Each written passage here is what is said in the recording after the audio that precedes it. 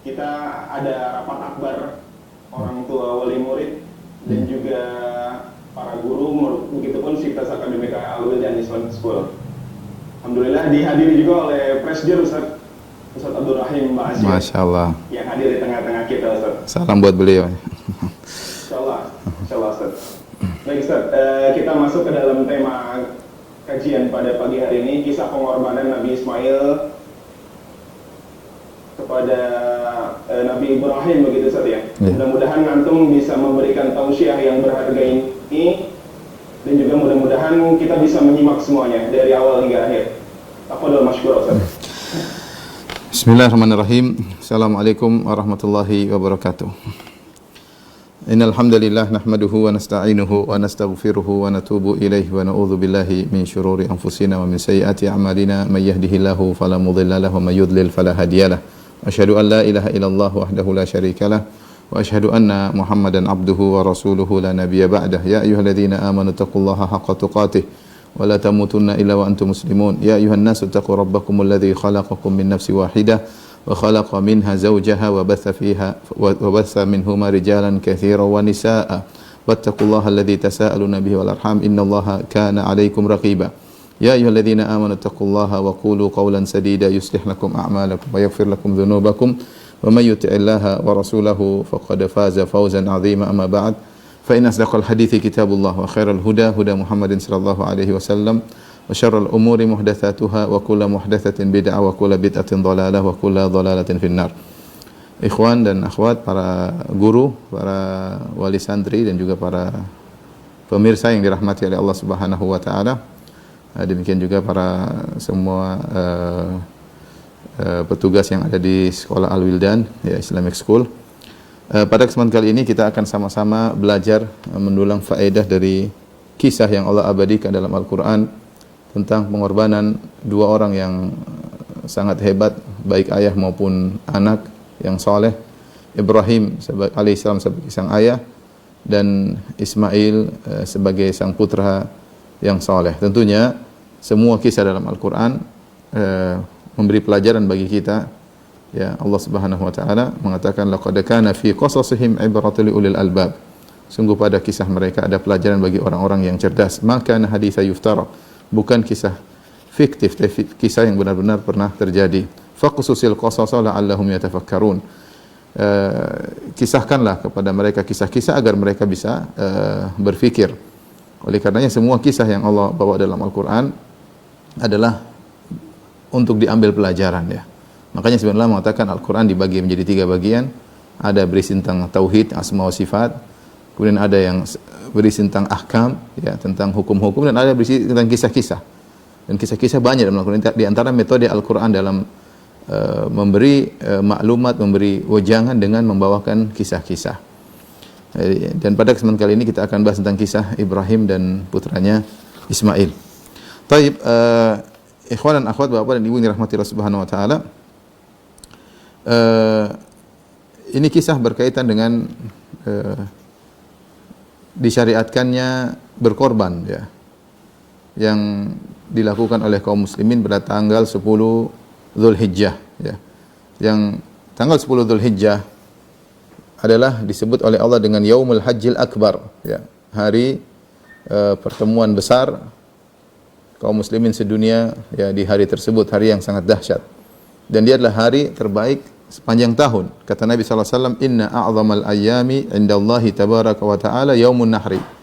Sungguhnya hari yang teragung di sisi Allah Subhanahu wa taala adalah yaumun nahr, yaitu hari 10 Dzulhijjah.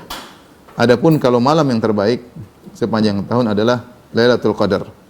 Adapun siang yang terbaik adalah Yaumun Nahar.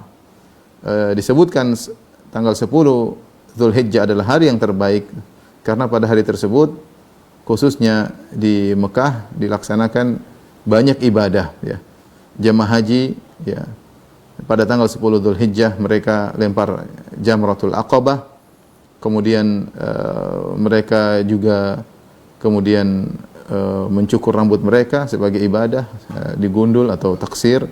Kemudian mereka juga tawaf ifadah dan sa'i haji. Itu semua dikerjakan pada tanggal 10 Dzulhijjah Kemudian juga mereka menyembelih hadyu yang dibawa sebagai syarat haji bagi orang yang haji tamattu dan haji qiran. Ini dilakukan oleh jemaah haji, semua dikerjakan pada tanggal 10. Semua di tanggal 10 Dzulhijjah. Oleh karenanya di malam tanggal 10 ketika di Muzdalifah, Nabi SAW tidak seperti biasanya. Biasanya Nabi SAW menghidupkan malam untuk beribadah, tapi untuk tanggal 9 malam di Muzdalifah, Rasulullah SAW begitu tiba di Muzdalifah, Rasulullah SAW salat maghrib dan isya di jamak, kemudian Rasulullah SAW tidur.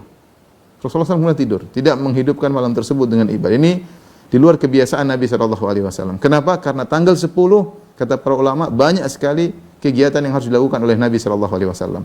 Tanggal 10. Ya tadi, di antaranya yang saya sebutkan tadi, melempar jamratul aqabah, kemudian tawaf ifadah dan sa'i haji, kemudian bertahallul, ya, kemudian menyembelih hewan-hewan hadyu Nabi SAW. Ketika itu Nabi SAW menyembelih 100 ekor onta, ya, hari tersebut, ya. Sementara kaum muslimin yang tidak berhaji, ya, pada tanggal 10 Dzulhijjah mereka ikut serta meramaikan hari tersebut dengan adhahi, dengan hewan korban. Ya. Sehingga jadilah hari terbaik sepanjang tahun adalah Yaumun Nahar, tanggal 10 Dzulhijjah. Disebut dengan Idul Adha, yaitu hari kurban. Nah, kurban ini sebagaimana kita ketahui bersama, sebabnya adalah kisah tentang pengorbanan Ibrahim dan Ismail alaihi wassalam.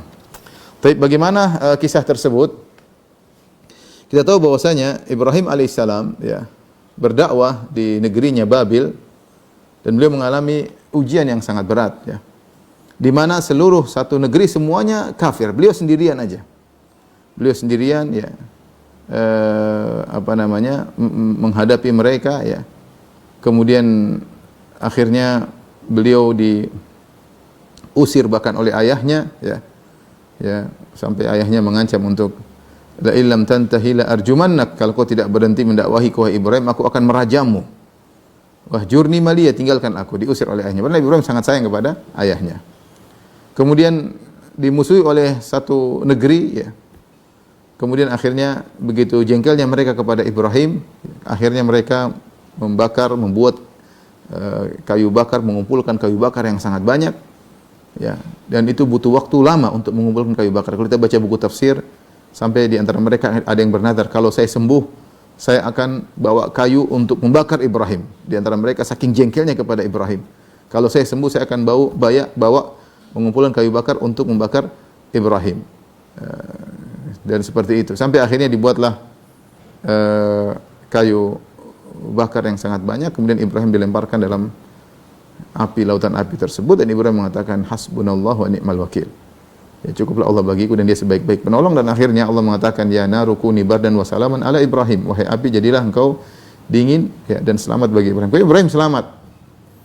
Setelah itu akhirnya Ibrahim harus meninggalkan negeri yang sangat dia cintai, meninggalkan keluarganya, meninggalkan ayahnya, dan ini ujian tersendiri bagi Ibrahim alaihissalam, keluar sendirian meninggalkan negeri tersebut. Kemudian di antara yang beriman kepada beliau setelah itulah Nabi Lut alaihissalam. Fa'amana lahu Lut. Nabi Lut beriman kepada Ibrahim. Tapi perhatikan di sini apa yang diucapkan Ibrahim alaihissalam ketika dia diusir dari kotanya, kota Babil, ya. Dan ini ujian, harus meninggalkan tanah kelahiran, kota yang selama ini dia tinggal di situ, meninggalkan ayahnya, meninggalkan kampung halamannya. Ketika Ibrahim alaihissalam keluar dari negerinya Babil, Irak, maka dia berdoa, wa qala inni dzahibun ila rabbi sayahdin. Ibrahim berkata, sungguhnya aku pergi menghadap kepada Tuhanku, sayahdin, dia akan beri petunjuk kepadaku. Rabbi habli minas salihin. Ya Allah, anugerahkanlah kepadaku anak yang soleh. Anugerahkanlah kepadaku anak yang soleh. Fabasyarnahu bighulamin halim. Maka kami beri kabar gembira kepadanya dengan seorang anak yang amat sabar. Ibrahim berdoa, disebutkan Ibrahim ketika berdakwah sampai diusir, dia masih muda. Sami'na fatan yadhkuruhum yuqalu lahu Ibrahim. Dalam Al-Qur'an disebutkan mereka mengatakan yang mencaci maki Tuhan kita ada seorang pemuda, seorang remaja. Bisa jadi umurnya mungkin cuma ya entah 20-an kurang lebih Ibrahim ketika itu. Dia keluar kemudian dia berdoa kepada Allah ingin dianugerahkan anak saleh. Subhanallah, kemudian walhasil dia pun menikah dengan Sarah. Kemudian kisah yang singkat akhirnya menikah dengan Sarah, bertahun-tahun tidak punya anak, puluhan tahun tidak punya anak. Kemudian akhirnya suatu hari Ibrahim dan Sarah melewati negeri Mesir. Kemudian ada seorang raja yang ingin berbuat buruk kepada Sarah. Walhasil tentunya kisahnya panjang, cuma intinya akhirnya Allah menyelamatkan Sarah, ya. Setelah itu kata Nabi SAW, fa akhdamaha Hajar. Maka kemudian sang raja memberi hadiah kepada Sarah Hajar sebagai pembantu Sarah, Hajar, ibunya Ismail. Maka akhirnya tadinya mereka cuma hidup berdua, Ibrahim dengan Sarah, kemudian bertambah seorang pembantu namanya Hajar.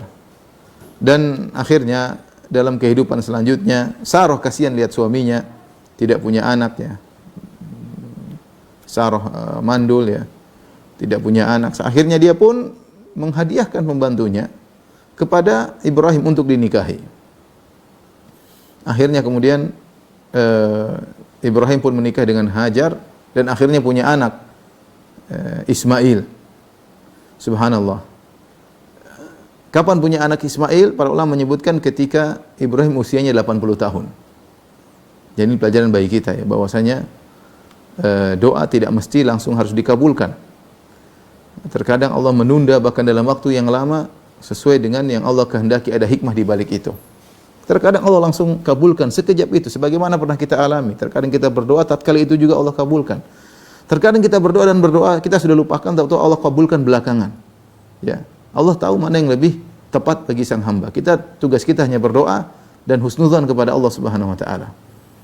Ya, dan ini pelajaran bagi kita bagaimana para anbiya mereka berdoa kepada Allah, minta anak soleh. Dan Ibrahim alaihissalam termasuk nabi yang Allah abadikan doa-doanya minta anak soleh, ya, dan juga nabi-nabi yang lain, ya. Ya. Bagaimana Ibrahim berdoa di sini, Rabbi habli minas salihin. Ya Allah, anugerahkanlah kepadaku anak yang soleh, dan Allah kabulkan puluhan tahun berikutnya. Kalau seandainya Nabi Ibrahim keluar dari Babil umur 20, baru dia punya anak umur 80, berarti kan sekitar 60 tahun baru Allah kabulkan doanya, ya. Baru Allah kabulkan doanya, ya. Tapi Allah lebih tahu mana yang terbaik. Sebagaimana ketika Allah memisahkan antara Yakub dengan Yusuf alaihi wassalam, ya. Nabi Yakub sangat sayang kepada Nabi Yusuf. Kemudian dipisahkan oleh Allah Subhanahu wa taala. Tentunya Nabi Yakub berdoa, ya, agar Allah mengembalikan Nabi Yakub. Tetapi kapan dikabulkan? Ada yang mengatakan 40 tahun kemudian, ada yang mengatakan 80 tahun kemudian. Baru kemudian dikembalikan karena ada hikmah yang Allah lihat yang kita tidak bisa nangkap. Ya. Seorang tugasnya berdoa kepada Allah, husnudzan kepada Allah, ya. Dia sudah menjalankan ikhtiar, sudah berdoa, masalah dikabulkan urusan Allah Subhanahu wa taala. Allah lebih tahu mana yang terbaik bagi hamba-hambanya. Oleh karenanya, betapa sering kita tidak berdoa, Allah berikan. Banyak nikmat-nikmat yang kita tidak minta, Allah berikan, banyak. Ya, coba kita mengingat kembali betapa banyak nikmat yang tidak kita minta, Allah berikan. Bahkan terkadang kita minta cuma sebagian, diberikan lebih banyak oleh Allah Subhanahu wa taala. Nah, berarti ketika kita sedang minta tidak dikasih, bukan berarti Allah tidak sayang sama kita. Tetapi ada sesuatu yang menjadikan Allah menundanya atau Allah menggantinya, ya. Dan Allah yang hakim, dia yang maha bijak, dia yang lebih tahu. Apa kita bilang Ibrahim bukan orang soleh? Ibrahim Khalilur Rahman, kekasih Allah. Minta diberikan anak soleh, tidak dikabulkan kecuali setelah 60 tahun. Yakub alaihissalam, orang yang paling dicintai oleh Allah di zamannya, berdoa agar dipertemukan oleh putranya Yusuf, Allah tidak kabulkan kecuali 40 tahun kemudian. Ya. Ya, karena Allah punya hikmah di balik itu semua, ada ujian yang Allah berikan dan ada hikmah-hikmah dan maslahat-maslahat yang Allah lebih tahu daripada kita. Intinya, akhirnya lahirlah Ismail, ya. Lahirlah Ismail, kemudian Allah menguji lagi Ibrahim karena Sarah cemburu kepada Hajar, bahkan bersumpah ingin melukai Hajar, ya. Akhirnya Allah menyuruh Ibrahim membawa putranya ke Mekah. Ini ujian berat bagi Ibrahim alaihissalam. Anak yang baru lahir yang dia nantikan puluhan tahun harus dia bawa untuk berpisah darinya. Kemana dia bawa? Bukan dia bawa ke suatu tempat yang indah, yang penuh dengan makanan, ya, yang penuh hijau, banyak orang. Enggak. Dia bawa putranya Ismail dengan istrinya Hajar ke suatu tempat yang tidak ada apa-apanya. Ya. Dia letakkan, kemudian dia pergi dengan kesedihan tentunya. Bagaimana seorang ayah yang tidak sayang kepada anaknya, kepada istrinya, ya. Ya, maka Ibrahim pun meletakkan anaknya dan istrinya. Kemudian dia pun pergi meninggalkan sampai Hajar mengikuti. Ya Ibrahim, atatrukuna bi hadzal wadi. Wahai Ibrahim, kau tinggalkan kami di lembah yang tidak ada apa-apa, tidak ada tumbuhan, tidak ada orang pun tidak ada, orang enggak ada, makanan enggak ada, tumbuhan tidak ada. Ya, sampai Ibrahim tidak menoleh, sampai akhirnya Hajar mengerti. Hajar mengatakan, Allahu amaraka bi hadza, apakah Allah yang memerintahkan engkau? Kata Ibrahim, na'am, benar. Kata Hajar, idzan la yudayyi'una, kalau gitu Allah tidak akan meninggalkan kita. Intinya Ibrahim ketika Hajar sudah balik menuju lembah tersebut, Ibrahim tadinya tidak menoleh ke belakang, akhirnya setelah jauh, haitsu la yarawnahu, ketika anak istrinya sudah tidak lihat dia lagi, maka dia balik menghadap ke arah Ka'bah. Kemudian dia angkat kedua tangannya, kemudian dia berdoa dengan haula'il kalimat, dengan doa-doa yang Allah abadikan dalam Al-Quran. Wa idh qala Ibrahimu rabbi ja'al hadzal balada amina wajnubni wa baniya an na'budal asnam rabbi innahunna adlalna katsiran minan nas faman tabi'ani fa innahu minni wa man asani fa innaka ghafurur rahim. Rabbana inni askantu min dzurriyyati biwadin ghairi dzi zar'in inda baitikal muharram rabbana liyuqimus shalah faj'al afidatan minan nasi tahwi ilaihim warzuqhum minats thamarati la'allahum yashkurun. Sampai doanya terus sampai Nabi Ibrahim berkata, Rabbi ja'alni muqimas shalati wa min dzurriyyati rabbana wa taqabbal du'a. Dia berdoa, ya Allah, jadikanlah negeri-negeri yang aman dan jauhkanlah aku dan anak keturunanku dari penyembahan berhala. Kemudian dia berdoa, ya Allah, sungguhnya aku meletakkan di lembah yang gersang ini tidak ada tumbuhan sama sekali. Putraku aku letakkan di sini, ya. Inda baitikal muharram. Rabbana liyuqimus shalat, agar keturunanku mendirikan salat, ya.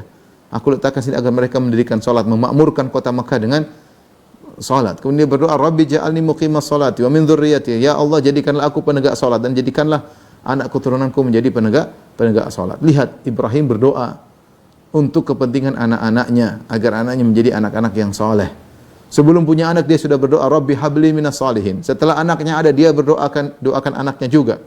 Makanya saya katakan bahwasanya ciri-ciri orang tua yang baik adalah orang tua yang mendoakan anak-anaknya. Yang mendoakan anak-anaknya. Allah sebutkan di antara ciri-ciri penghuni surga ibadur rahman di akhir-akhir surat Al-Furqan, yang Allah katakan wa ibadur rahmanil ladzina yamshuna 'alal ardi hauna, ya, dan hamba-hamba Ar-Rahman yang berjalan di atas muka bumi dengan penuh tawadhu. Yang di akhir ayat Allah mengatakan ulaika yujzaunal ghurfata bima sabaru. Mereka itu orang-orang yang mendapatkan surga karena kesabaran mereka. Di antara ciri-ciri ibadur rahman, Allah mengatakan walladzina yaquluna rabbana hab lana min azwajina wa dhurriyyatina qurrata a'yun waj'alnal muttaqina imama, dan orang-orang yang berdoa rabbana hab lana min azwajina wa dhurriyyatina qurrata a'yun. Ya Rabb kami, ya, anugerahkanlah kepada kami istri-istri yang solehah dan juga anak-anak yang soleh yang menjadi penyejuk pandangan mata, ya. Jadi mereka sisihkan waktu untuk mendoakan anak-anak dengan ketulusan. Ini ciri ibadur rahman. Dan dipraktekkan oleh para anbiya. Lihatlah Nabi Ibrahim berdoa, Rabbi habli minas shalihin. Berdoa, ya Allah anugerahkan anak yang saleh. Ya Allah, jauhkanlah anakku dari kesyirikan. Ya Allah, jadikanlah mereka penegak salat. Ibrahim. Ya. Demikian juga ya Allah contohkan seperti Nabi Zakaria, ya. La tadharni fardan wa anta khairul warithin. Ya Allah, ya, jangan kau biarkan aku sendirian. Aku ingin punya anak dan engkau sebaik-baik waris, yaitu yang ada setelah aku meninggal. Fastajabna lahu wa wahabna lahu Yahya. Kami kabulkan doanya dan kami anugerahkan kepadanya Nabi Yahya, ya. Dan di awal surat Maryam juga Allah sebutkan bagaimana Nabi Zakaria berdoa, idnada rabbahu nidaan khafiyya, Rabbi inni wahana al-'azmu minni washta'ala ar-ra'su shayba wa lam akum bidu'aika rabbi syaqiyya wa inni khiftul mawaliya min wara'i wa kanat imra'ati 'aqira fa hab li min ladunka waliya, ya, yarithuni wa yarithu min ali yaqub wa ja'alhu rabbi radiyya. Dia berdoa, ya Rabbku, sungguhnya aku sudah sangat tua, rambutku sudah putih seluruhnya, tulangku sudah lemah, istriku mandul, sementara butuh orang-orang yang aku didik sekarang, butuh yang ada yang membimbing, ya. Ya Allah, anugerahkanlah kepadaku anak yang saleh, yang Engkau ridhai, dan seterusnya. Jadi seorang harus menyisihkan waktu untuk mendoakan anak-anaknya, ya. Dan ini sebelum dia punya anak dia sudah berdoa sebagaimana Ibrahim alaihissalam. Ketika sudah punya anak lebih lagi kuatkan doa. Jadi ini ciri orang-orang yang saleh, orang-orang yang dicintai oleh Allah Subhanahu wa taala, menyisihkan waktu untuk mendoakan anak-anak mereka, ya. Dan ini ujian dialami oleh Ibrahim alaihissalam, ujian yang sangat berat, ya. Bagaimana ketika anak yang dia nantikan selama puluhan tahun, dia nantikan, bayangkan, dan dia sudah doa sejak puluhan tahun yang lalu. Begitu anak itu muncul, Allah suruh pisahkan dia dari dirinya, ya. Para ulama mengatakan karena Ibrahim alaihissalam mendapat predikat Khalilur Rahman, kekasih Allah. Dan Khalilur Rahman, kekasih Allah, yaitu dia dicintai oleh Allah Subhanahu wa taala dan juga mencintai Allah Subhanahu wa taala. Predikat yang sangat tinggi yang tidak diraih oleh siapapun kecuali dua orang. Nabi Ibrahim alaihissalam, Nabi Muhammad sallallahu alaihi wasallam. Kata Rasulullah SAW, "Inna Allah attakhadhani khalila kama attakhadha Ibrahim khalila." Sungguhnya Allah menjadikan aku kekasihnya sebagaimana Allah menjadikan Ibrahim sebagai kasihnya. Dan al-khullah adalah derajat kecintaan yang sangat tinggi, lebih daripada hub, mahabbah, lebih daripada mawaddah, ya. Yang paling tinggi adalah khullah. Khullah disebut khullah itu apa? Jika kecintaan sudah meresap ke seluruh bagian hati, ya, takhallal, sudah benar-benar meresap. Tidak ada satu bagian hati pun, qalbu, yang tidak terisi dengan rasa cinta tersebut. Cinta yang sangat mendalam. Ibrahim sangat cinta kepada Allah Subhanahu wa taala. Oleh karenanya, untuk agar Ibrahim mencapai derajat kecintaan yang sangat dalam, Allah mengujinya pada perkara-perkara yang dia cintai. Perhatikan, Allah menguji Ibrahim pada perkara-perkara yang dia cintai. Sampai kata Syekh Sa'di mengatakan, agar tidak ada bagian daripada qalbu Ibrahim yang tidak diisi oleh kecintaan kepada Allah. Semuanya kecintaan kepada Allah atau kecintaan karena Allah, semuanya. Sehingga Allah menguji Ibrahim pada perkara-perkara yang dia cintai, ya. Coba diuji, harus berpisah dari ayahnya yang sangat dia cintai. Diuji ayahnya yang sangat dia cintai, kafir. Betapa sedih seorang punya ayah yang kafir, ya. Sedih, ya. Sedih luar biasa. Kemudian diuji dengan harus meninggalkan kampung halamannya. Berat diuji. Maka Allah Subhanahu wa taala mengatakan, "Wa idz batala Ibrahim rabbuhu bikalimatin fa atammahun." Tatkala Allah menguji Ibrahim dengan perintah-perintah dan dia sempurnakan perintah-perintah tersebut. Allah mengatakan fa atammahun. Jadi Ibrahim menjalankan perintah tersebut dengan sempurna. Allah puji dalam ayat yang lain, "Wa Ibrahim alladzi waffa." Dan Ibrahim yang menunaikan janji Allah Subhanahu wa taala. Ibrahim luar biasa, ya. Alaihissalam diuji pada perkara yang dia cintai. Bisa dari ayahnya, harus dimusuhi oleh satu negeri, satu negeri, bayangkan. Kita kalau dimusuhi orang, 5 orang aja kita sedih, dimusuhi tetangga kita sedih. Ini satu negeri semuanya musuhi dia. Bangga untuk bisa membakar Ibrahim. Ujian berat. Kemudian harus diusir dari negerinya. Harus meninggalkan negeri kampung halaman. Jadi antara ujian berat adalah meninggalkan kampung halaman. Sebagaimana Nabi SAW diuji dengan harus berhijrah. Ya, meninggalkan kampung halaman yang seorang sudah terbiasa tinggal di situ dengan berbagai macam nostalgia yang indah, keluarga di situ, harus meninggalkan kampung halaman, harus pergi ke tempat lain yang bukan tempat tinggalnya. Ini ujian. Kemudian di antara ujian yang berat, dipisahkan dari istri dan anaknya. Anak ini bukan sembarang, ini anak dinanti-nantikan oleh Ibrahim, anak pertama. Puluhan tahun dia sudah nantikan. Kita bilang tadi sejak doanya sampai dikabulkan ya mungkin 20 tahun, 30, 40 tahun ya, atau 60 tahun. Kalau saja Nabi Ibrahim keluar dari kota Babil sekitar umur 20, masih pemuda, baru dikabulkan umur 80, sekitar 60-an tahun. Kemudian disuruh tinggalkan di tempat yang bukan tempat yang nyaman, tapi di lembah yang gersang, tidak ada tumbuhan, tidak ada apa-apa. Tapi semua dikerjakan oleh Ibrahim dengan tenang. Karena dia sangat mencintai Allah Subhanahu wa taala. Setelah itu Ismail tinggal bersama ibunya Hajar, ibunya wanita yang solehah, yang kemudian mendidik putranya, ya, sampai akhirnya menjadi seorang remaja yang saleh. Kemudian ibunya meninggal dunia. Disebutkan oleh Al-Hafidz Ibnu Hajar dalam Fathul Bari bahwasanya Ibrahim menengok putranya beberapa kali. Dia ada tugas dakwah, tugas yang lainnya, sehingga dia hanya tengok dengan burak, nengok Ismail. Apakah ujian sudah selesai? Jawabannya belum, ya. Diuji lagi Ibrahim pada perkara yang lebih berat daripada itu. Disuruh menyembelih putranya Ismail, ya. Allah Subhanahu wa taala berfirman mengkisahkan dalam Al-Qur'an dalam surat As-Saffat ayat 102. Kata Allah, "Falamma balagha ma'ahu sa'ya." Tatkala anak ini yaitu Ismail sudah sampai pada umur sanggup, yaitu sudah menjadi remaja, sudah kuat. Kata Syekh Sa'di rahimahullahu taala, kalau kita didik anak ya dari kecil ya, kita masih perlu pengorbanan, ngurusin. Ketika dia sudah remaja, sudah jadi orang gampangannya, sekarang berbalik, kita berharap dia yang memberikan kita perkara-perkara yang baik, jadi orang. Misalnya kita sekolahkan, kuliahkan anak dengan perjuangan semua sampai jadi dokter. Begitu jadi dokter sudah. Sekarang bagian dia kerja, kita sudah selesai dari tugas kita, dia membantu kita malahan. Jadi kata Syekh Sa'di, disitulah waktu umur di mana benar-benar hati kedua orang tua benar-benar bergantung kepada sang anak. Saat itu. Ya benar, kita selalu mencintai anak kita ya. Masih kecil kita sayang. Tapi begitu dia sudah jadi orang, sudah siap melanjutkan tugas bapaknya istilahnya. Sudah sang bapak bisa mewakilkan pekerjaannya kepada sang anak. Sudah menjadi seorang luar biasa. Situlah benar-benar hati seorang benar-benar terikat kepada sang anak. Saat itulah umur itu Allah menguji Ibrahim.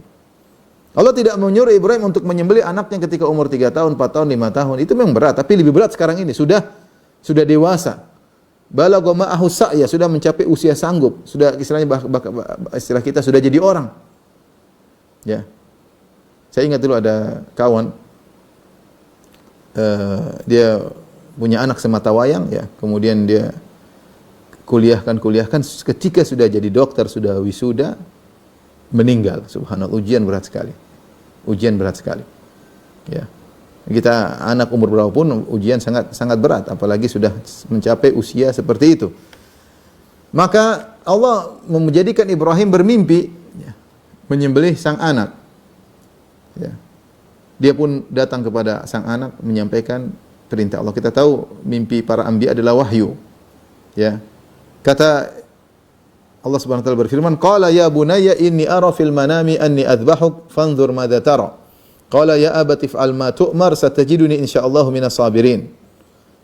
Ibrahim berkata, "Wahai putraku, sungguhnya aku melihat dalam tidur, dalam mimpi, aku menyembelih engkau. Fanzur madza tara. Bagaimana menurut engkau?"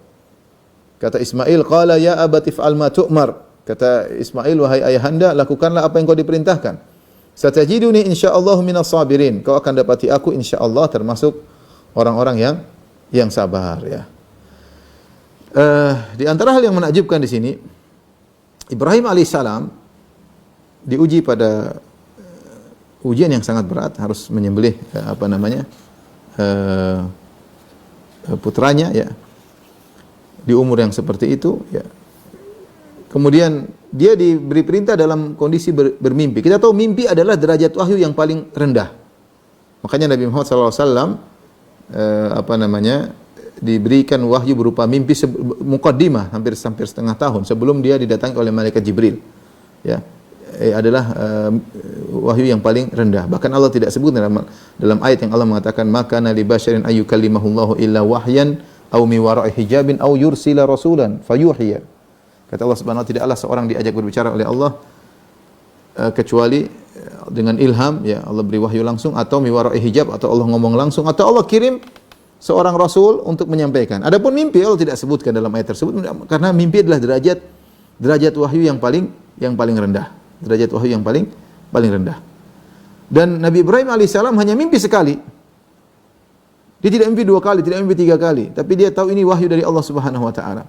Oleh karenanya Ibrahim alaihissalam begitu tunduk kepada Allah Subhanahu wa taala. Dia tidak tunggu harus mimpi 2 kali, harus mimpi 3 kali, harus mimpi 4 kali, tidak, begitu mimpi sekali langsung dia sampaikan kepada Ibrahim, kepada Ismail putranya. Dan dia tidak ada tawar-menawar, dia tidak mengatakan, "Ya Allah, ya, adakah perintah yang lain, jangan yang ini ya Allah." Tidak.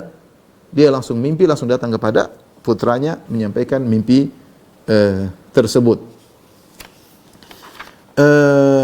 Dan perhatikan di sini, Ibrahim ketika menyampaikan hal ini kepada Ismail, dia mengatakan ya bunayya inni ara fil manami, sungguhnya aku melihat dalam mimpiku, anni azbahuk.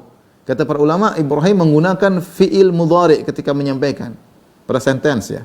Anni azbahuk, aku sedang menyembelihmu. Jadi dia tidak mengatakan aku lihat dalam mimpi aku sudah menyembelihmu. Tidak, tapi dia semuanya menggunakan dengan fi'il mudhari'. Anni ara, inni ara, aku melihat, sedang melihat dalam mimpiku. Anni adzbahuk, sungguhnya aku menyembelih engkau. Benar-benar dia hadirkan dalam benaknya mimpi tersebut dan dia sampaikan kepada putranya. Berat. Kemudian Ibrahim tidak mengatakan dengan perkataan, sini saya sembelih engkau, enggak. Dia berupa dalam bentuk tawaran. Dia menyampaikan kepada putranya dengan tawaran. Fanzur madza tara. Dia tahu anaknya anak soleh. Jadi dia bilang, nak sini nak saya sembelih engkau, enggak. Dia bilang fanzur madza tara. Bagaimana menurutmu? Karena dia tahu anaknya ini sangat taat. Qala ya abati, kata Ismail, wahai ayahanda, if'al ma tu'mar, lakukan apa yang kau diperintahkan. Satajiduni insyaallah, kau akan dapati aku insyaallah minas sabirin. Dapati aku termasuk orang yang sabar. Di sini Ismail alaihissalam tidak ujub dengan kesolehan dia dan dia mengatakan engkau akan dapati aku insyaallah termasuk orang yang sabar. Karena semua kembali kepada Allah. Kesolehan seseorang, keberhasilan seseorang semuanya dari Allah Subhanahu wa taala. Ismail tidak mengatakan tenang ayah, saya akan sabar, enggak, tapi dia bilang insyaallah. Dengan izin Allah, dengan kehendak Allah, aku akan menjadi orang yang sabar. Ya. Ikhwan dan akhwat yang rahmati Allah Subhanahu wa taala. Di sini perkara yang menakjubkan, kita takjub dengan Ibrahim alaihissalam yang begitu tegar ketika disuruh menyembelih anaknya, putra yang sangat dia cintai, semata wayang, di usia yang sanggup, usia yang benar-benar seorang ayah hatinya terpikat dengan sang anak. Ya, kita merasa Ibrahim sangat hebat. Bagaimana dia kemudian mau menjalankan perintah tersebut. Ya, bayangkan kalau ada orang tua anaknya meninggal, dia akan sedih luar biasa. Ya. Meskipun anak tersebut anak nakal misalnya, anak nakal meninggal dia akan sedih. Atau meskipun anak tersebut kecelakaan atau meninggal karena kenakalan, karena narkoba, dia pasti sedih. Bagaimanapun itu thamaratu fuadi, itu adalah buah hatinya. Dia pasti sedih. Nah, bagaimana lagi kalau kemudian anak tersebut anak yang soleh, yang nurut, yang rajin ibadah, yang selalu mengingat Allah Subhanahu wa taala. Taruhlah anak tersebut kecelakaan, dia akan sedih. Apalagi anak tersebut dibunuh orang, dia akan sedih. Luar biasa. Apalagi sekarang yang jadi masalah, yang disuruh nyembelih dia sendiri, bukan orang lain. Seandainya orang lain yang menjalankan, itu pun sudah ujian luar biasa. Orang lain yang sembelih, itu pun ujian luar biasa. Enggak, Allah menyuruh Ibrahim sendiri yang langsung turun tangan menyembelih putranya Ismail. Ini luar biasa ya. Berkaitan dengan anaknya, anak soleh yang dia nanti-nantikan dan dia harap-harapin, ternyata disuruh untuk disembelih. Kita kagum dengan Ibrahim alaihissalam. Dan ini ujian lebih berat daripada ujian sebelumnya. Lebih berat dari Ibrahim ketika dilemparkan di lautan api. Lebih berat ketika Ibrahim diusir oleh ayahnya, diancam untuk dirajam oleh ayahnya. Lebih berat ketika Ibrahim dimusuhi oleh satu negeri. Lebih berat dari ketika Ibrahim harus meninggalkan kampungnya. Lebih berat daripada sebelumnya ketika Ibrahim harus berpisah dari istrinya Hajar. Lebih berat dari sebelumnya ketika Ibrahim harus meninggalkan Ismail di lembah yang kering. Sekarang di puncak-puncak berat, anaknya harus dia sembelih sendiri. Kita takjub dengan Ibrahim. Tadi saya katakan karena bahkan lama seperti Syekh Sa'di mengatakan ada rasa cinta yang masih dalam qalbu Ibrahim, Allah ingin bersihkan. Harus semuanya diisi oleh cinta kepada Allah karena Ibrahim telah mencapai derajat Khalil, kekasih Allah Subhanahu wa taala. Kita kagum dengan Ibrahim alaihissalam, namun kita tidak kalah kagum dengan anaknya Ismail. Tidak tahu mana yang lebih hebat dalam hal ini. Ismail alaihissalam begitu salehnya, begitu patuhnya kepada bapaknya, subhanallah. Dan ini lihat hasil didikan sang ibu. Kalau kita lihat kisah Ismail, Ismail ini jarang didatangi oleh Ibrahim. Yang lebih dominan mendidik Ismail adalah ibunya Hajar. Dan banyak kisah-kisah yang keberhasilan di tangan ibu ya. Mulai dari kisah para nabi ya. Lihat contohnya Nabi Isa alaihissalam. Siapa yang didik? Enggak ada bapaknya. Maryam, ibunya yang didik. Ibunya yang hebat, luar biasa. Ya. Mendidik anaknya menjadi Nabi Isa, seorang hamba yang sangat soleh. Pengaruh ibu sangat luar biasa. Kita juga Ismail juga siapa yang didik? Ibunya Hajar. Ibrahim alaihissalam bapaknya hanya tengok sesekali, tapi lihat menjadi anak yang luar biasa. Kalau kita juga kisah misalnya Imam Malik, yang didik siapa? Ibunya. Imam Ahmad, yang didik siapa? Ibunya. Bukhari, Al-Bukhari, siapa yang didik? Ibunya. Ya. Oleh karenanya peran ibu ya dalam keberhasilan anak sangat luar biasa. Ibu-ibu ya, apalagi zaman sekarang ya, hati-hati, anak-anak adalah amanah. Ya, jangan kita terlalu sibuk dengan dunia kita ya, sehingga kita lalai untuk mendidik anak-anak. Sisihkan waktu mendoakan mereka, bercengkrama dengan mereka, ngajarin mereka ya. Karena keberhasilan mereka, kesalahan mereka adalah kebahagiaan dari seorang ibu ya. Sungguh anak soleh adalah anak yang sangat diharamkan, dia sangat diharapkan oleh orang tua. Percuma kalau anak kita kemudian ternyata berhasil kaya raya tapi tidak soleh. Ya. Tapi bikin anak yang soleh, pengaruh ibu luar biasa. Ya. Dan lihatlah Ismail alaihissalam, solehnya luar biasa sampai dia tidak mengatakan ya ayah, pikir dulu lah ayah, tidak ada, coba minta sama Allah perintah lain ya, jangan inilah, kita kan jarang ketemu. Dia nggak bilang gitu, dia bilang lakukan apa yang kau diperintahkan. Ini anak semata wayang. Dan dia pasrah kepada ayahnya. Maka sampai Allah mengatakan kita tidak tahu mana yang lebih hebat di sini, Ibrahim atau Ismail. Dua-duanya hebat. Dua-duanya hebat. Ikhwan dan akhwat yang dirahmati Allah Subhanahu wa taala. Kemudian disebutkan dalam hadis ketika anaknya sudah setuju untuk disembelih, maka Ibrahim alaihissalam menyiapkan segala hal, menyiapkan pisaunya, belatinya untuk menyembelih anaknya, dan dia berjalan menuju ke Ismail untuk mengambil anaknya untuk digiring ke tempat penyembelihan. Ya. Disebutkan dalam hadis Ibnu Abbas radhiyallahu anhu, ketika Ibrahim alaihissalam berjalan menuju ke Ismail, maka dia digoda oleh syaitan. Digoda oleh syaitan, muncul syaitan menggodanya, entah apa yang diucapkan syaitan.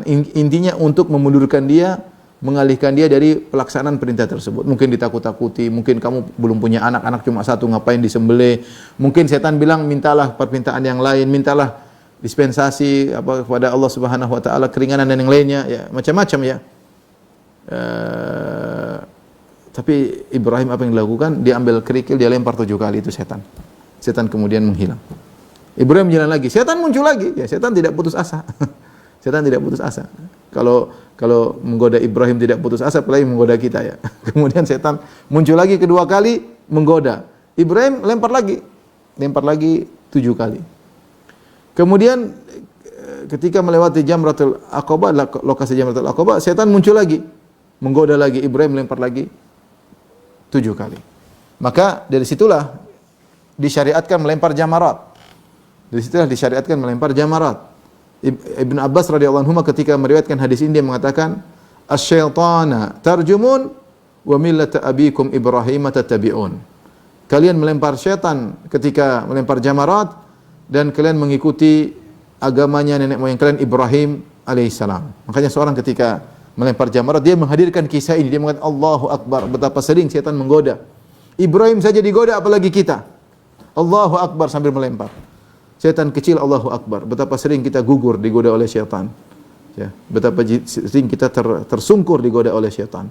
Maka ketika kita di jamarat kita tidak ada syaitan di situ, tapi kita mengingat akan kisah ini. Allahu Akbar sampai 7 kali lemparan pertama, lemparan kedua, lemparan ketiga. Jamratul ula, jamratul wusta sama jamratul al-aqabah. Ya. Dan ini menunjukkan bahwasanya Ibrahim melewati godaan syaitan. Kemudian akhirnya dia pun menuju ke anaknya, kemudian dia bawa anaknya, kemudian dia letakkan dibaringkan di pelipisnya. Kata Allah Subhanahu wa taala, "Falamma aslama."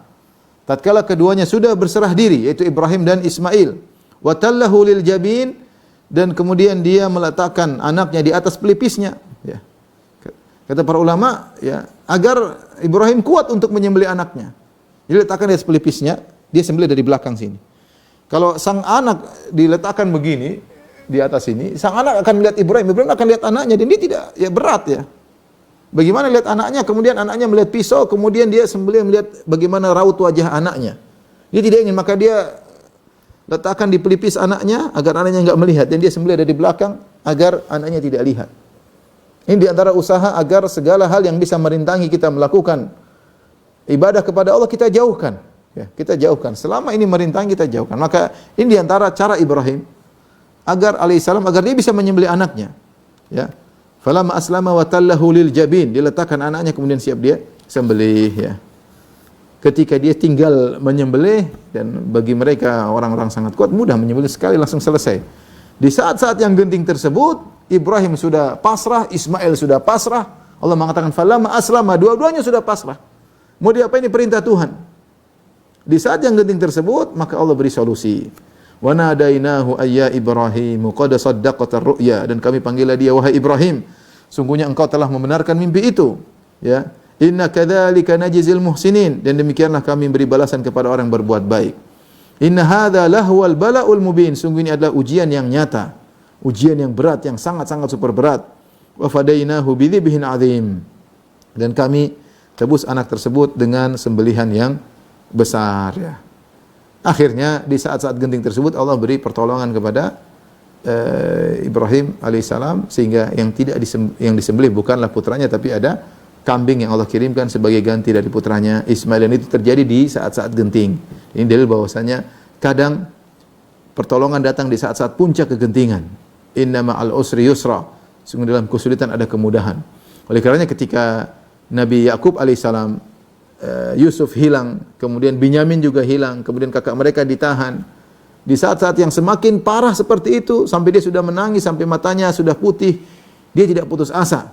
Bahkan semakin tinggi keyakinannya, ya. Karena sering pertolongan datang di puncak-puncak kesulitan. Tatkala seorang benar-benar bertawakal kepada Allah, dia lepaskan semua sebab dunia, dia tahu dunia ini hanya ikhtiar, tapi yang menentukan hanyalah Rabbul Alamin. Jadi saat genting tersebut, Nabi aku berdoa, asallahu ayyatiyani bihim jami'an. Semoga Allah mendatangkan kepadaku mereka seluruhnya, anak-anakku tersebut. Maka dia nasihati kepada anak-anaknya yang lain untuk mencari mereka. Ya bani yadhhabu fatahassasu min Yusuf wa akhihi wa la tayasu min rauhillah. Innahu la yayasu min rauhillah illa al-qaumul kafirun. Wahai putra-putraku, carilah kabar tentang Yusuf dan adiknya Binyamin. Wa la tayasu min rauhillah, dan janganlah kalian putus asa dari rahmat Allah. Innahu la ya'isu min rauhillah illal qaumul kafirun. Sungguhnya tidak putus asa dari rahmat Allah kecuali orang-orang kafir. Justru di saat-saat genting terkadang Allah beri pertolongan. Inilah sebabnya kemudian diabadikan kisah Nabi Ibrahim dengan syariat korban. Dengan syariat korban, sehingga kita kaum muslimin sekarang kalau berkorban hendaknya kita menghayati tentang kisah seorang ayah yang soleh dengan putranya yang sangat soleh, ya. Bagaimana pengorbanan mereka berdua demi menjalankan perintah Allah Subhanahu wa taala. Inilah kisah ikhwan dan akhwat yang dirahmati Allah Subhanahu wa taala. Ada beberapa faedah yang bisa kita ambil dari kisah ini. Di antaranya dianjurkan untuk berdoa, ya, agar Allah menganugerahkan anak yang soleh. Sudah kita sebutkan di awal, sebelum kita punya anak kita berdoa. Tatkala kita sudah punya anak kita berdoa, dan doa tersebut berkesinambungan, ya, agar anak-anak menjadi anak-anak yang soleh. Ini punya pengaruh besar. Dua orang tua punya pengaruh besar terhadap anak. Makanya dalam hadis sebutkan doa yang tidak ditolak, di antaranya doaul walid liwaladihi, doa orang tua kepada anaknya. Dalam sebagian riwayat ala waladihi, doa orang tua kepada anaknya, doa kebaikan maupun doa keburukan mudah dikabulkan oleh Allah Subhanahu wa taala. Siapa lagi mendoakan anak kita kalau bukan kita? Sisihkan waktu bangun malam, angkat kedua tangan menangis di hadapan Allah Subhanahu wa taala. Apalagi di zaman sekarang yang banyak sekali ujian, banyak sekali perkara yang bisa memalingkan anak kita dari jalan yang lurus. Dengan adanya medsos, dengan adanya internet, dengan adanya pertemanan, zaman sekarang adanya K-pop, drama Korea dan macam-macam. Fitnah menimpa, ya, banyak, bukan cuma menimpa orang-orang yang sekolah di sekolah umum, bahkan di pondok-pondok, ya.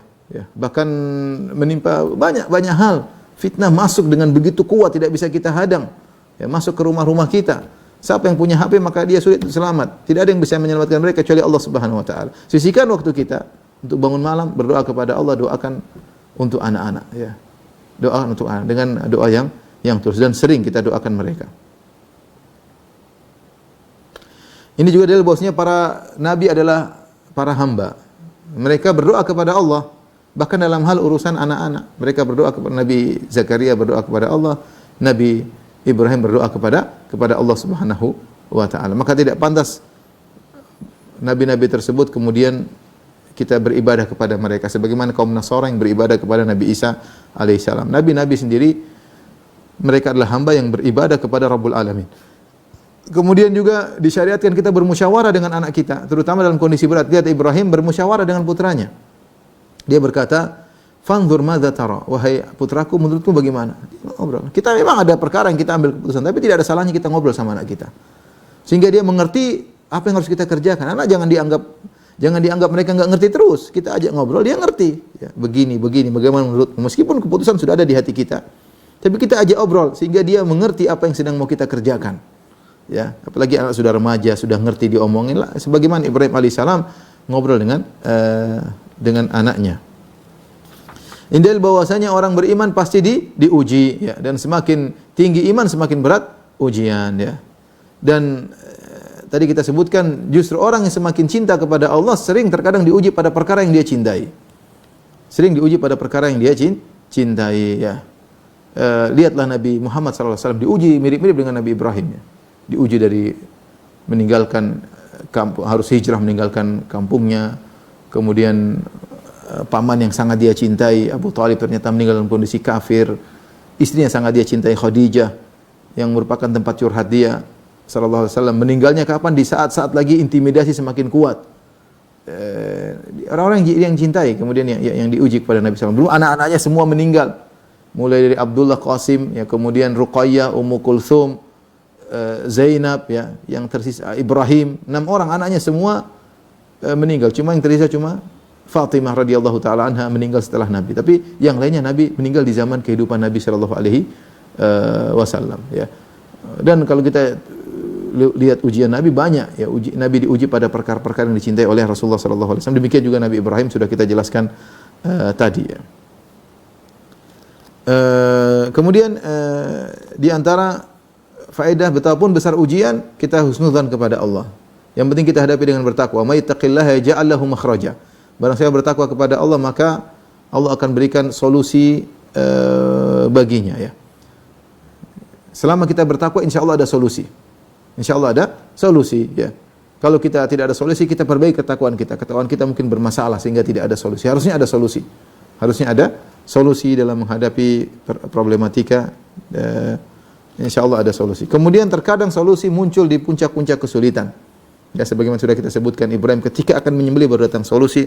Sebagaimana tadi kisah Nabi Yakub alaihissalam ketika anak-anaknya 3 tertahan, baru kemudian Allah berikan solusi. Kemudian di antara faedah, seorang jangan ujub dengan kesolehan dia, jangan ujub dengan imannya. Lihatlah Ismail alaihissalam, dia mengatakan saja di dunia insyaallahu minas sabirin. Kau akan dapati aku ayahanda, insyaallah aku termasuk orang yang sabar. Dia kembalikan kepada Allah Subhanahu wa taala. Jangan kita pede dengan ilmu kita, jangan kita pede dengan iman kita. Kita ini kalau Allah tidak tolong tidak bisa apa-apa. Ya. Yang menolong adalah Allah Subhanahu wa taala.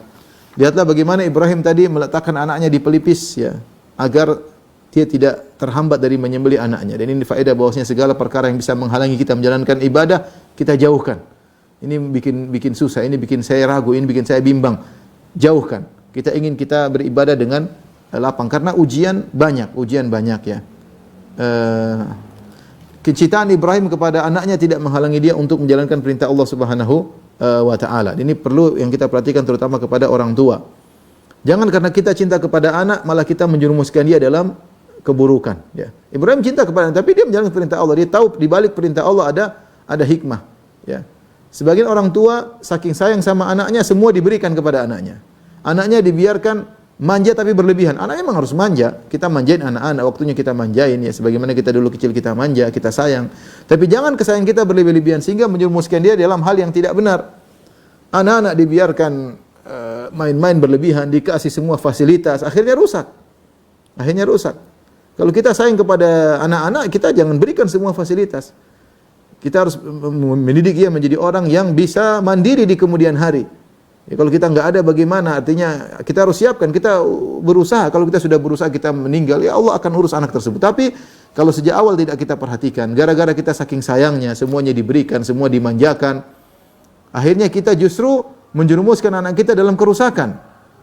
Akhirnya kita malah berkhianat kepada Allah atas amanah tersebut. Ini banyak terjadi, baik orang tua maupun ayah maupun ibu, ya, terlalu sayang kepada anaknya sehingga akhirnya anaknya jadi rusak gara-gara terlalu sayang tersebut. Justru kalau Anda sayang, anak harus diperhatikan, dididik, jangan dimanjain melulu, ya.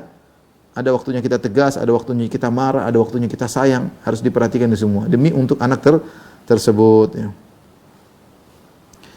Inilah kisah Ibrahim alaihissalam menyembelih anaknya merupakan sebab kita menyembelih setiap tahun, berkorban setiap tahun. Harapan kita bahwasanya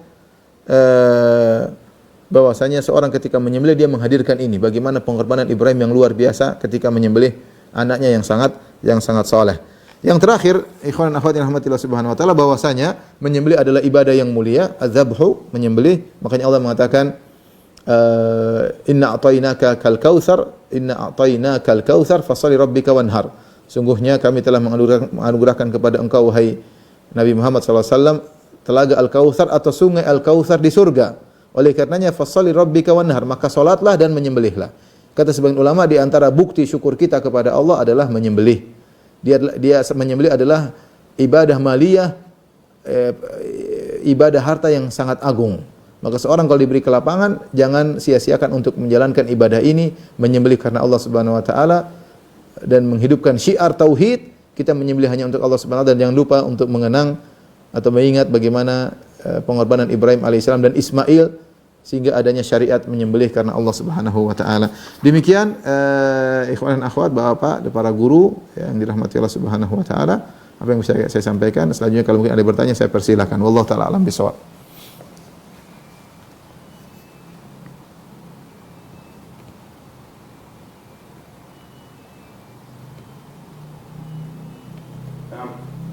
Jazakallahu khair Ustaz atas penjelasannya terkait dengan kisah pengorbanan Nabi Ismail yang soleh.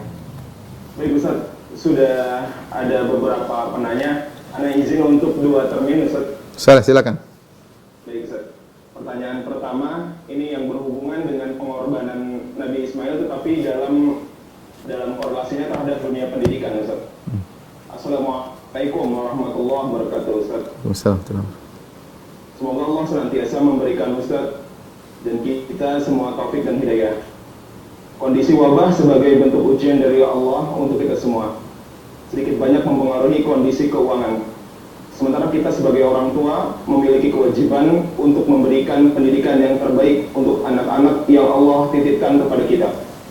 Sekolah sunnah yang bagus di negeri ini masih sedikit. Terkait hal ini, mohon nasihat Ustadz dan juga doanya untuk kami orang tua yang bisa amanah menyekolahkan anak-anak di sekolah sunnah, jika di saat ini sama dihadapkan kesulitan kemampuan finansial untuk menyekolahkan. Jazakallah khair Ustaz. Saya tidak bisa mengatakan banyak, saya cuma mengatakan fattaqullaha mastata'tum, bertakwalah semampu kalian, ya. Bertakwalah semampu kalian. Sebagaimana firman Allah Subhanahu wa taala, seorang yang mampu dan punya harta untuk bisa berkorban mendidik anak, untuk berkorban dengan mengorbankan hartanya dalam pendidikan anak-anak, sungguhnya dia telah meletakkan hartanya pada tempat yang pas, ya. Memang mendidik anak-anak butuh pengorbanan. Kita sejak zaman dahulu, zaman para ulama juga mereka ada muaddibin. Mereka dulu manggil orang ke rumah untuk ngajarin, atau mereka masukkan anak di semacam kutab, sekolah-sekolah, dan itu mereka butuh biaya, mereka mengeluarkan biaya untuk anak-anak tersebut. Ya, karena masing-masing orang tua punya kesibukan, ya. Tapi kalau seandainya ternyata kita tidak punya kemampuan, ya, masukkan sekolah berat, ya kita didik di rumah, ya. Harus ada waktu sebisa kita, ya. Hal yang bisa menghalangi mereka dari jalan kebenaran kita singkirkan, ya. Misalnya sekarang penghalang besar anak-anak untuk menjadi baik adalah HP misalnya. HP ini merusak anak-anak, ya. Merusak anak-anak. Kalau sudah pegang HP, ya, makanya kita harus ada jadwal waktu. Mereka boleh pegang HP sekian jam sekian, dan kita tegas dalam hal tersebut. Jangan karena anak nangis kita harusnya ya udah kamu pakai HP seharian penuh, rusak anak-anak. Kita yang sudah didik mereka bertahun-tahun bisa hancur dalam tontonan 1 jam 2 jam, ya. Oleh karena waspada, diawasi kalau main HP misalnya di depan kita, ya. Kalau perlu ada CCTV kita nyalain, jangan kita bilang anak-anak sekarang udah mereka punya jati diri mereka. Enggak ada, zaman sekarang enggak ada begitu. Itu zaman dulu mungkin, zaman bala. Sekarang kita harus awasi. Ya, kita harus awasi. Allah yang mengawasi dan kita juga mengawasi, ya. Kita bantu karena kenapa? Karena ujian terlalu berat, terlalu besar. Mereka tidak mampu untuk menghadapi. Kita tidak usah bicara anak kita saja. Terkadang kita sulit melewati ujian tersebut. Kita aja pengen tahunya tinggi. Kalau masuk di medsos pengen lihat ini, pengen lihat, terkadang kita melihat yang haram. Ini kita bicara kita, belum anak-anak yang pengen tahunya lebih tinggi daripada kita, yang nggak ada kegiatannya pengen hiburan. Maka kalau memang masukkan pondok selesai, memang alhamdulillah sudah kondusif. Tapi kalau enggak, ya di rumah kita perlu perjuangan. Maka saya boleh katakan bahwasanya mendidik anak-anak jihad di jalan Allah Subhanahu berat. Ya. Menyiapkan generasi untuk Islam dan kaum muslimin di kemudian hari. Masing-masing kita punya tanggung jawab sendiri. Tapi kita berusaha semaksimal mungkin. Kadang kita sudah usaha dengan baik, dia dirusak oleh temannya. Dia dirusak oleh tontonannya, banyak hal ya.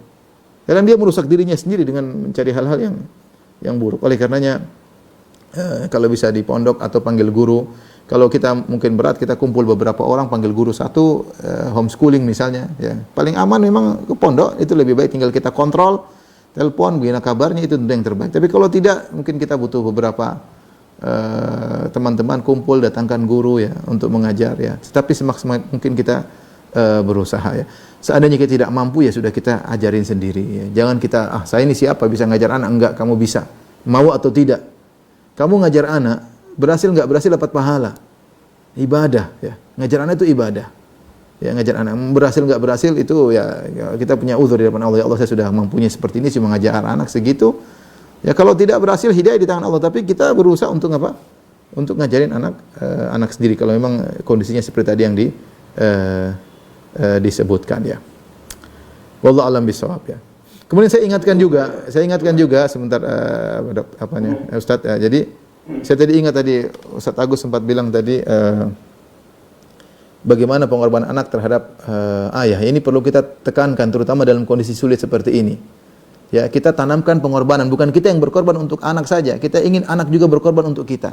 Kita ngomong sama dia, diskusi. Nah, sekarang ayah lagi kondisi keuangan. Kamu pikirlah yang baik untuk dirimu terutama. Ayah memasukkan kamu pondok mungkin enggak kuat lagi ya. Daripada ayah hutang sana hutang sini, udah kamu belajar yang baik. Nah, ayah cari nafkah buat kamu. Jadi kita tanamkan pengorbanan juga pada anak-anak ya. Kamu berkorban waktu ini, berkorban kesenanganmu ditinggalkan dulu lah, Nak. Ya, nanti kamu biar berhasil. Jadi Ismail berkorban untuk ayahnya. Ayahnya ingin jalankan peraturan perintah Allah, dia tenang ya insya Allah aku akan sabar. Dia berkorban kepada. Jadi bukan anak yang berkorban pada ayah, berkorban pada anak saja. Anak juga butuh diajar untuk berkorban untuk keluarga. Diajar untuk berkorban untuk keluarga. Kalau perlu kita bilang, Nak, tolong bantu ayah kerja. Kamu sekarang ayah lagi sulit ya. Tidak apa, sesekali kita ngajarkan pengorbanan. Bukan dimanja melulu, enggak. Bukan dimanja melulu. Terkadang kita suruh dia berkorban. Kamu berkorban, sabar. Misalnya kita bilang uang jajanmu ayah kurangi, mohon maaf, lagi begini. Sehingga dia ada nilai pengorbanan karena Allah Subhanahu wa taala. Kita ajari dia pengorbanan kecil-kecil. Tidak semua apa yang dia inginkan kita kasih. Kita bilang, Nak, sabar, Nak. Sekarang begini ya. Saya baru aja kemarin ditelepon anak suruh jemput ya. Saya bilang, Nak, ini lagi lockdown. Nanti kalau Abi dikejar polisi mau enggak? Keluar. Maksud saya, justru kamu berkorban, sabar. Ya mungkin ayah enggak bisa jemput cepat. Ya ayah akan berusaha. Fattaqullaha mastata'tum. Kalau dilarang polisi mau diapain ya? Masa mau kejar-kejaran sama polisi? Dia ketawa-ketawa aja. Tadinya nangis-nangis, akhirnya ketawa. Kamu juga harus berkorban. Kita juga korban jauh-jauh keluar kota, kamu juga korban, sabar. Maksud saya itu, perlu anak-anak juga diajari pengorbanan. Mohon maaf tadi saya sebutkan contoh diri saya. Maksud saya baru kemarin aja telepon anak nangis, saya diamkan dengan saya ajak diskusi begitu. Akhirnya dia ngerti, dia masih SD, tapi dia ngerti. Ya, jadi perlu anak-anak diajarkan untuk pengorbanan. Ya, entah dikurangi misalnya uang jajannya, dikurangi waktu mainnya, disuruh-suruh bantu ibu, kamu saatnya kerja. Dia ada pengorbanan, itu perlu. Jadi bukan cuma kita manjain dia sehingga dia mengatakan ayah saja yang ayah enggak, kamu juga harus bantu keluarga. Wallahu a'lam bishawab. Nah, Ustaz, syukran jazakallah khair. Ini ada analoginya dengan kisah antum dengan anak antum ya tadi. Baru kepikir tadi. Ini masih dalam kacamata orang tua nih, Ustaz. Ya. Pertanyaan orang tua. Afwan Ustaz, izin bertanya. Anda sadar anak banyak bersalah dengan orang tua dan durhaka. Anda sudah bertobat dan minta maaf pada orang tua. Tapi Anda lihat anak-anak Anda sekarang suka tidak patuh pada Anda dan suka menjawab omongan ibunya. Apakah ini adalah balasan dari sikap saya dulu pada orang tua saya? Apakah saya harus menerima balasan ini dulu dalam hidup saya? Walau saya sudah bertobat dan minta maaf kepada orang tua. Saya sangat menyesal akan kelakuan saya anak-anak dulu pada orang tua saya. Saat ini orang tua saya masih ada dan alhamdulillah sehat di usia 70 tahunan. Syukran jazakallahu khair. Kita nggak tahu ya, kita bukan berarti kita sudah bertobat kepada Allah Subhanahu wa taala. sikap anak-anak kepada kita, bisa jadi itu adalah bentuk hukuman, bisa jadi bentuk ujian, kita nggak tahu lah. Yang penting sudah bertobat, orang tua sudah terima taubat kita sudah minta maaf, orang tua terima, sudah selesai. Ya, bisa jadi tidak mesti maksudnya kalau kita ini banyak terjadi memang bahwasanya kalau kita durhaka sama orang tua, nanti anak durhaka sama kita, sering terjadi. Dan betapa sering kita berbakti sama orang tua, anak-anak akan berbakti sama kita, itu sering. Tapi tidak harus demikian. Tidak harus demikian. Lihatlah Nabi Nuh alaihissalam, anaknya kurang ajar ya. Padahal dia orang yang sangat nabi, seorang nabi, ternyata anaknya durhaka dan kurang ajar ya. Maksud saya, sudahlah, bisa jadi itu hukuman, tapi jalani saja, bukan berarti putus asa karena saya khawatir ada perasaan ya sudah saya akan terima anak saya nakal melulu. Enggak. Karena saya dulu nakal, nanti ketika saya umur 70 baru anak baru minta maaf sama saya sebagaimana saya dulu. Jangan berpikiran demikian. Ya ini ujian, jalani ya. Saya punya salah, saya minta maaf kepada Allah, ya Allah, kalau minta ampun kepada Allah, minta maaf kepada orang tua, kemudian berusaha mendidik anak. Jangan, saya khawatir tadi punya pikiran pasrah. Ya, pasrah ya sudahlah. Ya, jangan pasrah. Karena Allah suruh ini ujian hidup, ya sudah, yang penting antum sudah minta maaf sama orang tua, minta keridhaan mereka, minta bantu orang tua yang mumpung masih hidup, doain cucu ayah dan ibu, doain. Doa orang tua dikabulkan, doa nenek, kakek insyaallah dikabulkan ya. Jadi jangan kemudian pasrah, tapi berusaha. Saya katakan tadi, usaha kita untuk mendidik anak-anak adalah jihad fisabilillah. Ini dapat pahala besar insyaallah, apalagi di zaman sekarang ya. Perjuangan berat ya. Demi untuk Islam dan kaum muslimin. Karena anak-anak jadi orang baik, kita yang manfaat bangsa dan negara semuanya. Anak-anak kita kalau jadi baik, yang bermanfaat masyarakat, bangsa dan negara, punya generasi-generasi yang soleh dan solehat ya. Jadi kita berusaha, berjuang, masalah hidayah di tangan Allah. Apapun yang terjadi, anak kita jadi baik atau tetap nakal, tetap kita dapat pahala dari Allah Subhanahu wa taala karena kita berjuang. Tinggal sistem kita mengajari mereka, yang harus kita mungkin evaluasi kembali.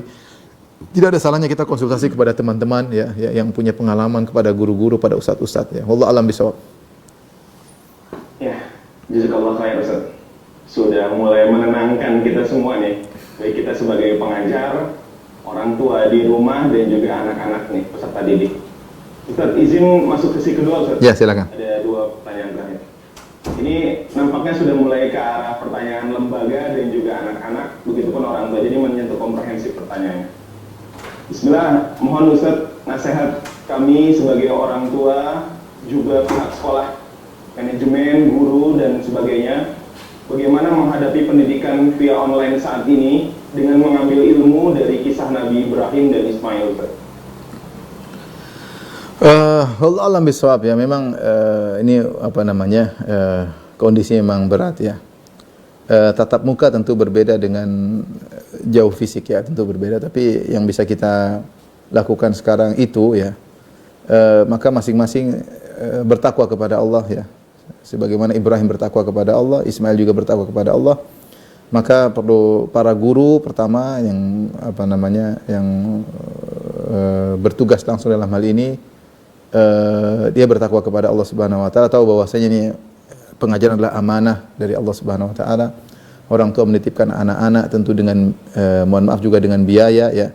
Jadi ini semua adalah beban yang akan Allah minta pertanggungjawaban. Maka lakukan semaksimal mungkin yang kita bisa. Kita serius ya. Saya takjub dengan sebagian anak-anak saya, ada yang online berbagai model. Ada yang online-nya tidak kelihatan sehingga kadang-kadang gurunya ngomong dia main sendiri. Ada sebagian online yang harus hadir di depan sehingga gurunya lihat, harus ada videonya. Ini bagus ya, lihat videonya. Ada sebagian yang mungkin harus menyuruh orang tuanya mendampingi dan macam-macam. Tapi intinya tadi kita berusaha bertatap langsung dan kita bisa melihat kondisi anak. Ini menunjukkan keseriusan para pengajar. Sebisa mungkin kita melakukan tersebut. Apalagi kalau cuma mungkin 20, kalau perlu kita buka layar 2 sehingga kita satu layar 10 orang, 10 orang. Satu orang punya laptop 2, dia bisa anaknya ya. Anak tersebut bisa dia lihat, kemudian dia sehingga mereka harus suruh pakai baju seragam, jangan asal-asalan sehingga mereka benar-benar merasa sekolah. Nah, sebenarnya orang ngantuk-ngantuk kalau ikut online enggak tahu, kemudian masih tidur, gurunya ngomong terus, ada tutup dia main HP ya. Jangan. Jadi benar-benar suruh pakai baju seragam Al-Wildan misalnya, duduk depan. Baru ketika kalau mana si fulan, sebut namanya. Saya katakan seakan di kelas. Seakan-akan di kelas. Ujiannya ini berat memang. Ujiannya mana? Coba Difotoin, tulisannya mana? Rangkuman hari ini mana? Kirimkan ke ustadz semua rangkuman, fotoin rangkumannya, tulis. Sampai kemarin teman saya ada yang ujian agama, anaknya ujian agama, teman saya yang jawab, bukan anaknya yang jawab. ujian akhir tahun. Karena enggak online, enggak kelihatan sudah. Bapaknya yang jawab, ya lulus lah. Ya, orang tuanya yang diuji. Karena ya gimana? Ya memang kondisi tidak semua orang bisa gitu, tidak memang, tapi maksudnya kalau kita punya kemampuan, misalnya sekolah Al-Iwan punya kemampuan, bikin seperti itu serius. Kalau perlu seorang guru misalnya muridnya 20 atau 40, 4 laptop, jadi masing 10 dia lihat benar-benar. Dia lihat semua. Nah, dia tegur, itu namanya amanah kepada para pengajar. Adapun anak-anak ya sulit kita mau tanamkan. Itu kembali kepada orang tua. Orang tuanya yang ya, merasakan bahwasanya ini perjuangan. Kamu capek gurumu, dia kasih kesan sama anak-anak. Gurumu capek ngawasin kamu. Guru ngomong dari tadi kamu nggak dengar. Coba kalau kamu ngomong orang nggak dengar, enak nggak seperti itu ya? Nanti suatu saat kalau kamu depan ngobrol, ngomong temanmu nggak mau dengar, kayak apa rasanya? Seperti itu. Jadi apa ya? Ya kita juga ajarin kamu nggak sopan. Kita gitu tegur anak-anak. Kamu nggak sopan, masa ini di pondok loh lagi belajar agama kamu nggak pakai jilbab atau kamu asal-asalan belum mandi. Di mana seperti ini? Jadi kita ajarin kesopanan pada anak-anak bahwasanya ini pertanggungjawaban kamu sedang dalam kelas, meskipun kelas virtual, ya harus hormat kepada guru. Ini peran dari para orang tua, sama guru hormat. Apa yang disampaikan guru dengerin, catat. Dah, kita perlu orang tua juga, apa tadi kajian hari ini? Perlu kita tanya. Kalau kita harap anak-anak sadar, apalagi usia SMP, SMA, sulit. Sulit. Berapa persen di antara anak yang kemudian sadar semangat sendiri? Sulit. Kita kondisinya seperti ini sekarang, kondisi yang medsos banyak, internet banyak ya. Orang tua punya peran. Jadi maksud saya bukan harapan hanya ustadz saja yang bertanggung jawab. Orang tua punya peran untuk menyadarkan anak-anak. Di antaranya diajarin kamu sudah mau kenapa belum mandi? Gua agak kerasin, belum mandi sudah jam 7 masuk. Mana sana? Bangunkan mereka, siapkan mereka, duduk taruh meja depan, suruh serius duduk. Suruh duduk. Jadi jangan kemudian tidur. Kamu kok tiduran? Sekolah yang benar. Ini abi bayar loh, bukan main. Maksudnya perlu orang tua menyadarkan kepada anak, ini masa depanmu. Masa ini sekarang di pondok, masa zaman sekarang ini banyak yang berguguran. Kita nggak tahu nanti efeknya ke depan. Kamu kalau tidak serius ya gimana nanti? Ya, jadi seperti itulah artinya orang tua menanamkan penyadaran kepada anak-anak. Wallahu a'lam bishawab. Waalaikumsalam Ustaz atas semua jawaban daripada antum. Baik Ustaz, pertanyaan terakhir di sesi yang kedua dan sambil penutup mungkin nanti Ustaz. Assalamualaikum Ustaz, semoga Ustaz dan seluruh jamaah selalu diridhoi Allah Subhanahu wa taala. Aku ingin bertanya, ini dalam koridor orang tua dan anak nih Ustaz. Bila sudah terlanjur memberi nama anak dan nama yang bukan Islami karena dulu masih minim pengetahuan agama. Lalu sekarang baru mengerti apa sebaiknya ganti nama dan yang dianjurkan syariat. Dan bila ikhtiar dengan pendidikan sesuai syariah untuk anak, apakah cukup agar anak menjadi orang yang soleh? Mohon petunjuknya Ustaz. Yang kedua tadi gimana? Jika apa? Selain nama, terus yang pertanyaan kedua tadi coba diulang. Apa perlu ganti nama, terus yang kedua tadi? Nah iya dulu. Apa perlu ganti nama? Terus? Apa perlu ganti nama atau kita hanya cukup mendoakan saja? Iya. Dengan nama yang sudah kita berikan ya. Karena baru mengenal dakwah sunnah ini mungkin. Iya. Ya memang nama punya pengaruh karena kita manggil dan nama itu punya pengaruh. Makanya Nabi SAW yatafa'al optimis kalau ada nama-nama yang baik seperti ketika Nabi dalam perjanjian Hudaybiyah pun datang orang namanya Suhail, Nabi mengatakan Suhail artinya mudah, insyaallah dimudahkan oleh Allah Subhanahu wa taala. Jadi nama itu punya pengaruh ya. Ketika nama tersebut ada dua model nama yang maknanya buruk. Kalau maknanya buruk harus diganti dan itu sunnah Nabi SAW ganti ya. Misalnya namanya bajingan ya ganti, jangan nama bajingan ya. Dan seperti ya di Indonesia sebagian orang nggak ngerti bahasa Arab sehingga mereka namakan anak mereka dengan nama-nama yang aneh ya. Seperti saya pernah ketemu teman, saya ketemu langsung namanya Mufsidin. Mufsidin itu perusak ya. Mungkin dia dapat di dalam Al-Qur'an Mufsidin, dia namain anaknya Mufsidin.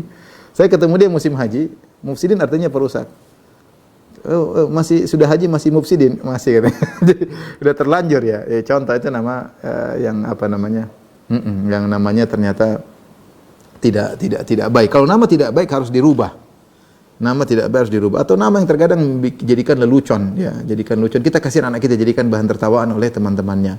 Nama tersebut bisa bikin mudarat bagi psikologi dia, maka kita hendaknya ganti, ya. Seperti ada di Indonesia dulu, ada guru saya, dosen saya dia cerita dia ke Indonesia mengadakan daurah, dia dapati ada anak Indonesia namanya Syahraini Mutatabi'ain, artinya 2 bulan yang berturut-turut. Anak namanya Syahraini Mutatabi'ain, 2 bulan yang berturut-turut, ya. Nama-nama seperti ini sebaiknya diganti. Tapi kalau nama tersebut ternyata tidak mengandung makna yang buruk, ya, misalnya nama tidak mengandung buruk, seperti contohnya nama saya Firanda, nama saya tidak ada makna buruk, ya. Betapa orang sering bilang ganti namamu, saya bilang enggak, ini nama dari ibu saya, nanti ibu saya marah kalau saya ganti, kecuali nama saya buruk. Makna saya buruk, saya akan ganti. Ternyata nama saya tidak ada kandungan buruk. Dalam kamus Indonesia enggak ada makna buruk. Dalam kamus yang lain juga tidak ada makna buruk, ya. Bahkan saya sempat ketemu dengan seorang dosen dari Abha, doktor di Saudi. Saya sempat ngobrol, "Syekh, Firanda bahasa Arab artinya apa?" Ada yang mengatakan Firanda itu artinya balkon. Terus dia bilang ada kata dia ada namanya Firanda itu salah satu dari nama-nama pedang. Nama pedang itu sampai kata Imam Qurtubi ada 500 nama. Di antaranya Muhannad, ada namanya Saif. Katanya di antaranya Firand. Firand itu bahasa Arab artinya pedang, ya. Saya bilang mudah-mudahan itu nama baik. Tapi intinya saya tidak mau ganti nama saya karena nama ini dari ibu, kecuali ibu saya minta ganti baru saya akan ganti. Karena nama ini tidak mengandung makna yang buruk. Jadi kasus yang dihadapi oleh penanya, lihat kalau maknanya makna buruk maka wajib diganti. Kalau maknanya tidak mengandung makna buruk tidak wajib. Tapi kalau dia mau ganti oke, enggak apa-apa. Yang penting dia segera ngurusin, ganti nama biasa. Urusin kemudian surat-suratnya secara resmi, ganti nama itu lebih baik agar dia nyaman dengan nama tersebut. Tapi selama tidak mengandung makna buruk, tidak wajib untuk diganti, ya. Wallahu a'lam bishawab. Ini saja kepada rekan-rekan seluruhnya, kepada para wali murid, kepada guru-guru, semoga Allah Subhanahu wa taala membantu kita berjuang dalam mendidik anak-anak kita semua. Semoga Allah kumpulkan kita bersama keluarga, bersama anak-anak, bersama orang tua di surga kelak dengan karunia-Nya dan rahmat-Nya. Wabillahi taufiq wal hidayah. Assalamualaikum warahmatullahi wabarakatuh. Waalaikumsalam warahmatullahi wabarakatuh. Jazakallah khair kepada Ustaz Firanda sudah hadir dalam majelis